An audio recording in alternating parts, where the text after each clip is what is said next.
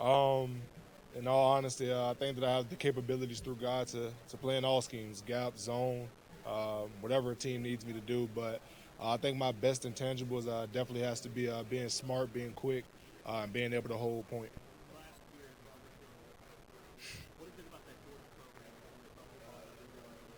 Oh yeah, so I think Coach Smart has done a tremendous job of getting some great offensive line coaches, starting with Coach Pittman and Coach Luke, all the way to Coach Stacy Searles. I think they have done a tremendous job of just developing us, and I would even say going back to Eddie Gordon, he played a big role in a lot of those guys. So I think it just goes back to getting some qualified guys and guys taking the coaching. I've talked to him a little bit. Just making sure that I take advantage of my opportunities. That was the biggest thing. Just trying to tell me, I guess, some of the hiccups and things that he may have came across to try to avoid, to just make sure that I can have the ultimate success for myself.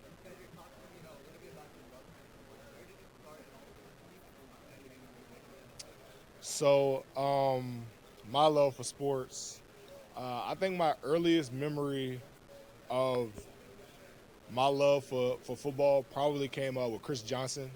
Absolutely loved him with the Titans. Dude was electric. That was also one of the first drawings I've ever done was of him. So that's probably the first time I realized, like, this would be pretty cool to be able to play this sport one day. So I probably started with him. And then as far as the Bengals, I did not meet with them. I've not.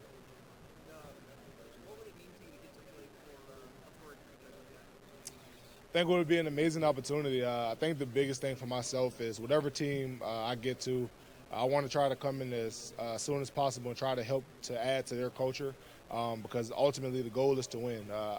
I think that the draft is an amazing opportunity, but it's one stop. Ultimately, once you get there, the goal is to try to win. I think it starts there.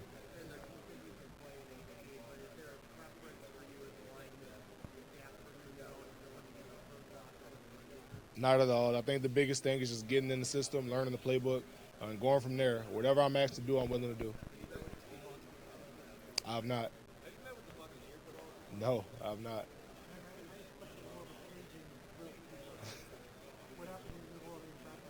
Well, I can't, I guess, act in that way uh, as far as professional settings or being in Georgia, because nobody would understand what I'm talking about. So um, definitely when I get around people from New Orleans and Louisiana, it comes out a lot more, but that's not a way that I can carry myself all the time because nobody would understand what I'm talking about. My last name is actually Dutch. Van Pran is Dutch. Yes, I did meet with the Dallas Cowboys. I was able to speak to him. About 20 minutes, 15, 20 minutes. I think it went well. I was able to talk some ball, talk about some things I did well, some things I did not do well, and look forward to fixing. But I think it went great. Learned a lot about them, their organization, great organization. So I think the meeting went very well. I did meet with the Chicago Bears.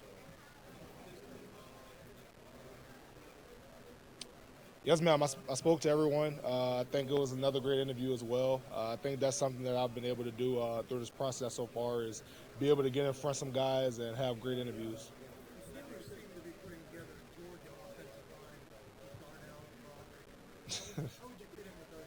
It's funny you you called Darnell a lineman, but um, I think it would be a great fit for sure.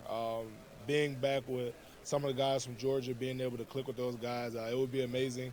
A lot of chemistry there, so it's definitely would be something that we will look forward to try and I guess keep building that culture up over there because they have a great historic program.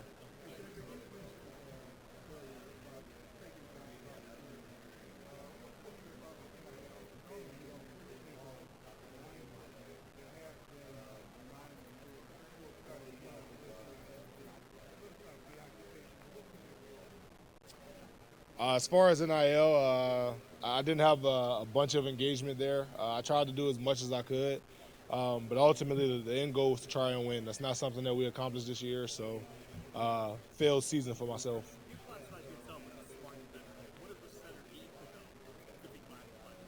Everything, everything. I think it's that simple. You need to know the ins and outs. You need to know what the quarterback's thinking. You need to be a great communicator. So I think all of those things matter.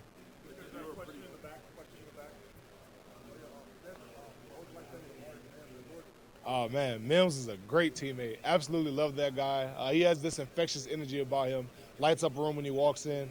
I think the best thing about him is just that he was able to recall and understand everything in the offense. So I think that guy is really, really smart, great football player. Love you too, brother.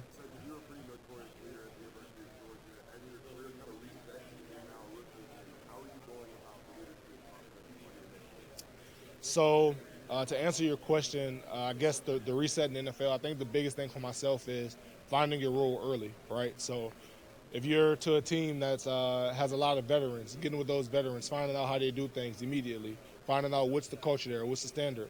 And then I think after that, it's trying to, into the next couple of years, add your own flair to that to help build, to help add in a good way to what's going on there. And if you're going to a team that's maybe a little bit younger, doesn't have a lot of different um, leaders, is stepping up as one and bringing some of the things that you learned at Georgia about winning and how to prepare and all of those things and try to incorporate it to the NFL to hopefully create a system and a culture of winning there.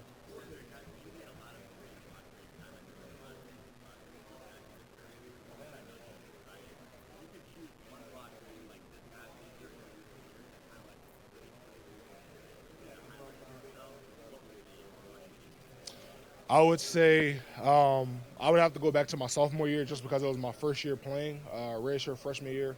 Um, I would either say the Tennessee game on the road, pulled around and made a big block.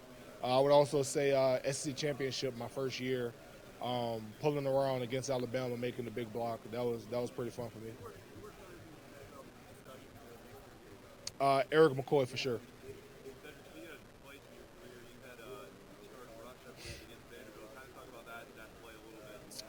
Well, first, bad snap. That was the number one thing, bad snap.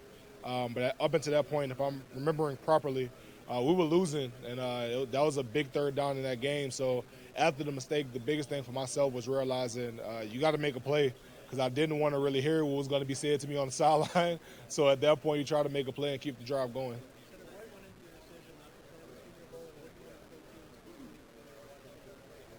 So I was advised by my agent not to. That was the plan he had for myself, and I trust him. So that's what I did. Other than that, my plan this week is to show that I can play all three interior positions and just try to be as smooth as possible.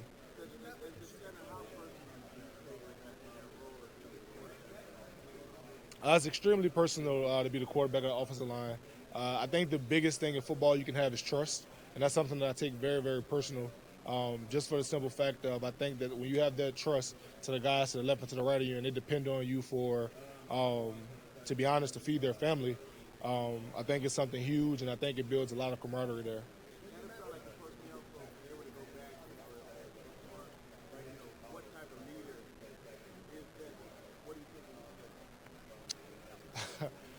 Coach Smart once told me that I was a black and white leader, in the sense of I see things very clear. Right is right, wrong is wrong. There is no in between, and if the standard is right, that's what we're going to do.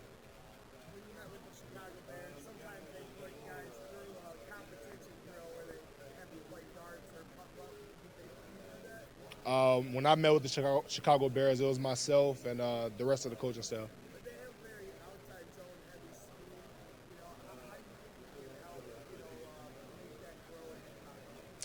So I think definitely it would be a fit there. In my opinion, I don't think outside zone is anything different than we've been doing as far as football.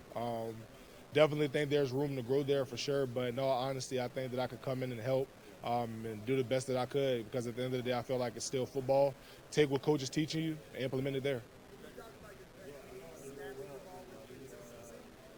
Are you asking me like what I did in college or as opposed to the outside zone scheme?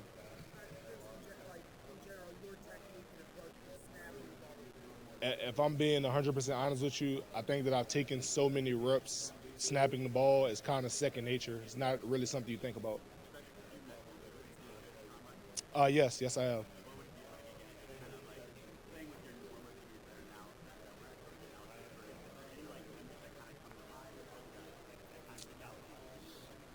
Um, So one, to answer your question, I think it'd be great to be able to link up with those guys again and um, just, I guess, have another reunion there.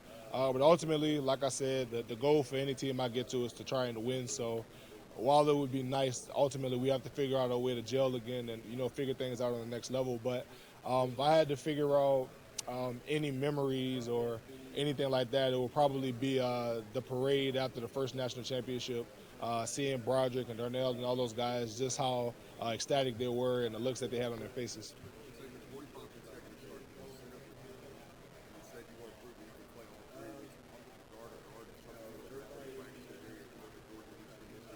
Yeah, so I repped it a bit my senior year. It's definitely something that Coach Searles gave me the opportunity to do, definitely for this moment for sure. But it's just not something that I was asked to do as far as for the team on game day. So didn't get to see it live, but it was because that wasn't my role for the team, and I'm okay with that.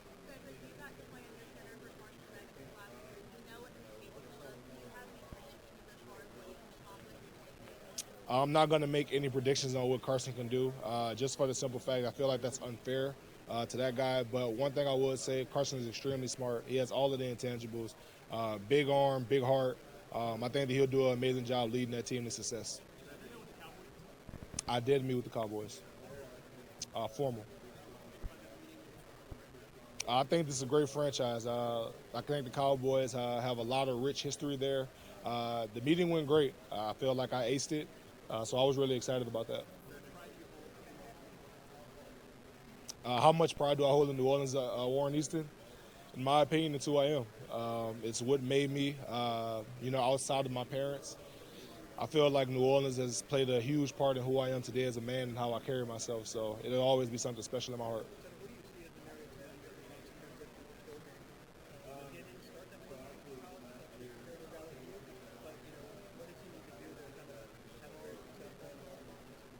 Well, I'll say this. Number one for Marius, in my opinion, when you have that level of God-given ability, you don't need to play 40-something games to be a good football player. He has the gift of God. He doesn't need to go out there and get 1,000 reps. He's a good football player. And the one thing that I'll say that I'm really, really proud of him, that he's grown since a freshman until now, is his level of maturity. He's really, really taking the game serious. He's grown himself. He's done the work to become the man that he is today, and I'm super proud of him for that.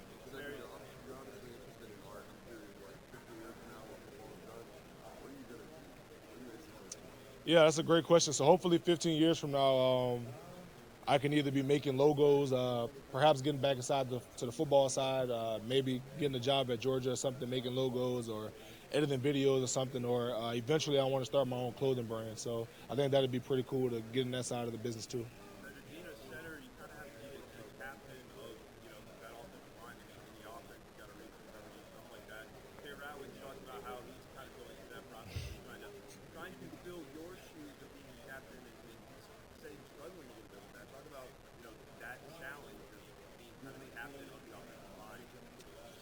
So I'll say this. Number one, if Tate, you're watching, you don't have to fill my shoes. Be yourself, man. You're a great leader. You lead by example. You don't have to be the vocal guy like Nolan was or myself was. That doesn't need to be you. There's other ways to lead. But I will say this. For myself, leading has always been kind of natural for me. Since a child, I've always felt this immense care for the guys that you call your brothers and the people that you love to make sure that they're taken care of. And I think one of the biggest forms of care is looking after those guys and making sure they're doing the right things, ultimately for the biggest team goal of winning. That's just how I look at it. So for myself, leading is just kind of who I am. Whether it's leading, other guys as the top leader or being a guy that supports other leaders, whatever I have to do, that's just kind of who I am.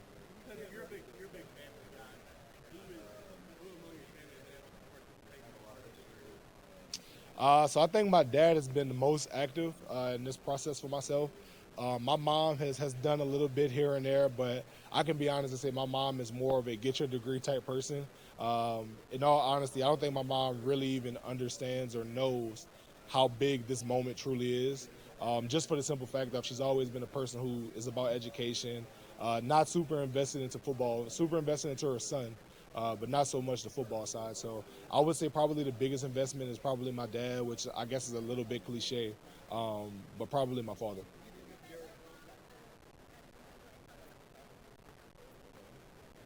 I think this moment is huge. And I say that she doesn't understand how big the moment is for the simple fact of she's not a huge football fan. She's more of a person, get your education, that type of thing. Yeah, so for myself, though, this is a huge moment. This is a thing that um, you've been praying for since a child. Something that, not to, speak in a harsh way, but something that you would have done some bad things for as a kid to get to this moment. Um, and I think that's just the biggest thing is just honing in on this and understanding that although, you may have things that don't always go your way or you may feel some type of way, enjoy the moment, man. This is something special, something that's been, I guess, given to you by God. And just be super grateful for it.